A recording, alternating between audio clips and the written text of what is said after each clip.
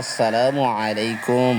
আপনারা এখন দেখতে পাচ্ছেন মিরপুর ১ বেড়িবাঁধের আরও একটি অসাধারণ দৃশ্য।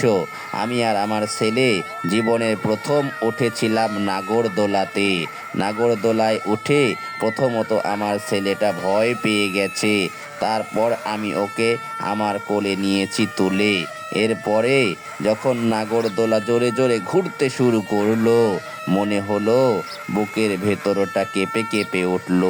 এই মনে হয় ভিতর থেকে সব কিছু বেরিয়ে আসবে।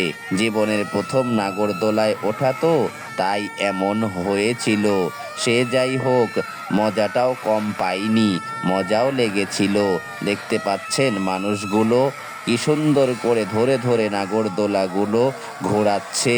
মানুষ চড়ে আছে, 20 টাকা করে একজনের কাছ থেকে নিচ্ছে। কতই না ভালো লাগছে। 20 টাকা হলেও অনেক মজার একটি বিষয় ছিল। মিরপুর ১ বেড়িবাঁধ এখন একটি মেলার স্থান হয়ে গেছে। পানি নেই, কোনো কাদা নেই, শুধু মানুষ আর মানুষ। মানুষে ভরে গেছে মিরপুর ১ বেড়িবাঁধের স্থান। অবশ্যই যারা মিরপুরের মধ্যে আছেন